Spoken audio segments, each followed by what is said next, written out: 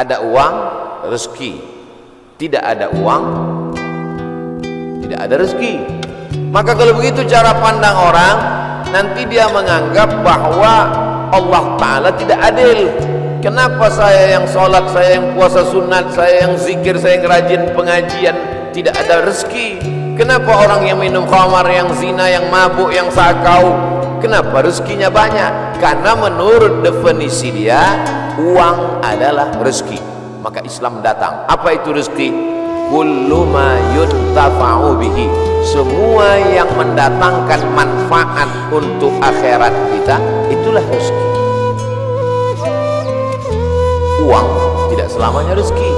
Ada yang punya uang, dengan uang itu dia sakau, berarti bukan rezeki, itu istidraj, azab yang tertunda.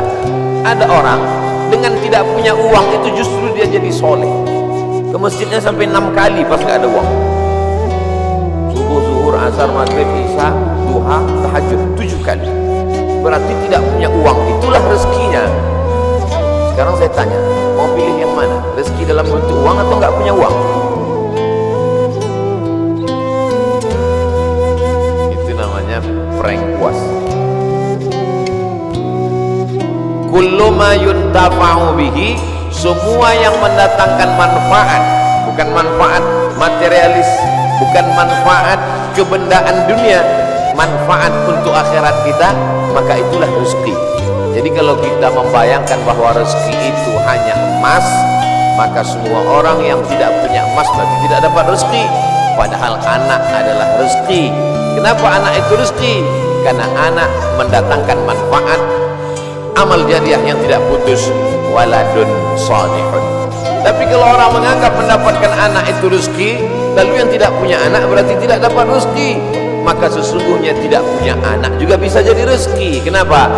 Karena berapa banyak orang punya anak hanya menyusahkan dirinya saja.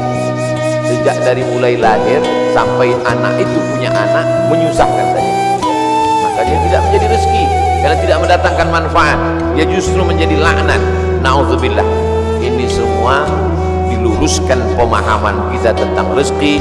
Yang meluruskan itu adalah Allah, dikirimnya Nabi yang dia pilih, Nabi Muhammad SAW, supaya kita paham, jangan sampai salah.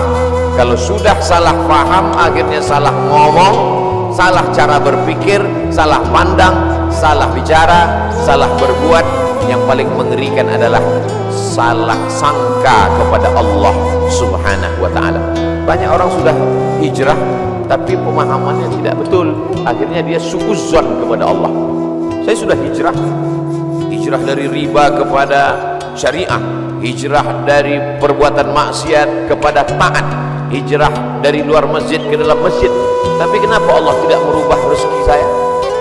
Mengapa Allah tidak memperbaiki rezeki saya? Bukan ungkapan Abdul Somad, itu ungkapan jamaah yang curhat melalui komen-komen, melalui pertanyaan di kertas. Biasanya jamaah di tulisan lebih berani daripada langsung. Saya baca tuh di komen-komen, kenapa Allah tidak mengubah rezeki saya? Allah sudah merubah rezekimu, tapi cara pandangmu tentang rezeki itulah yang belum berubah. Kalau kita sudah merubah cara pandang kita, maka insya Allah segala yang kita terima itu adalah rezeki. Makanya orang-orang soleh itu ketika tampaknya dia nampaknya secara kasat mata, secara zahir kita lihat dia sepertinya kena musibah, tapi justru ketika menerima itu dia berkata alhamdulillah. Kenapa? Sakit dia, dengan sakit itu keluar dari mulutnya alhamdulillah. Kok begitu Ustaz? Kenapa begitu Tuan Guru? Mengapa begitu Kiai?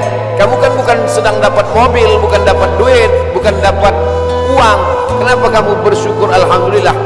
Yuntafa'u bih, karena dengan itu saya bisa berhenti sejenak mensyukuri sehat. Tapi biasanya orang kalau sedang sakit, hadis ini hilang, ayat ini hilang, ceramah ini hilang. Bahkan bukan yang mendengar subuh ini, yang ceramah pun hilang isi ceramahnya. Karena ceramah itu bisa hilang, itulah maka direkam dengan 3 kamera subuh. Ini rekaman ceramah ini bukan untuk jamaah, ini untuk yang ceramah, supaya kalau nanti datang sesuatu yang tidak menyenangkan bagimu, hai Abdul Somad, kau supaya ingat bahwa itu pun sebenarnya rezeki. Kenapa? Yuntafa'u bih. Jadi keywordnya, kata kuncinya adalah bermanfaat dia atau tidak.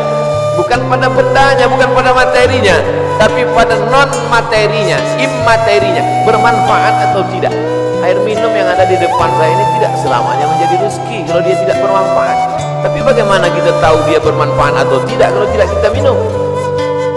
Nah itu kan alasan Ustaz karena mau minum aja. Saudara yang dimuliakan Allah Subhanahu wa ta'ala, ada yang menyebabkan manusia ini menjadi tidak bersyukur.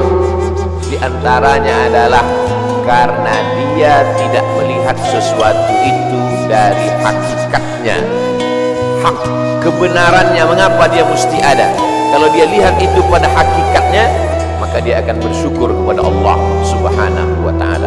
Musuh-musuh itu, haters, buzzer, itu pun juga adalah rezeki. Itu cara mengobati hati yang terlalu sakit kalau dibully orang. Kenapa? Karena dengan adanya dia, manusia menjadi sadar. Orang-orang yang terhormat dimuliakan. Saya begitu turun tadi disambut, dimuliakan, diiringi sampai kemari, diberikan. Di mana-mana saya sholat sajadahnya satu. Di masjid sudah kelapa, berapa tadi sajadah? Puas. Dihormati, dimuliakan. Itu kalau sering-sering begitu bisa jadi takjub, bisa jadi ujub. Tapi begitu kita diejek, dicaci maki, dibully oleh haters, oleh buzzer, yuntafa'u bih, bermanfaat. Ini namanya rezeki dalam bentuk haters. Tidak selamanya rezeki itu dalam bentuk lovers.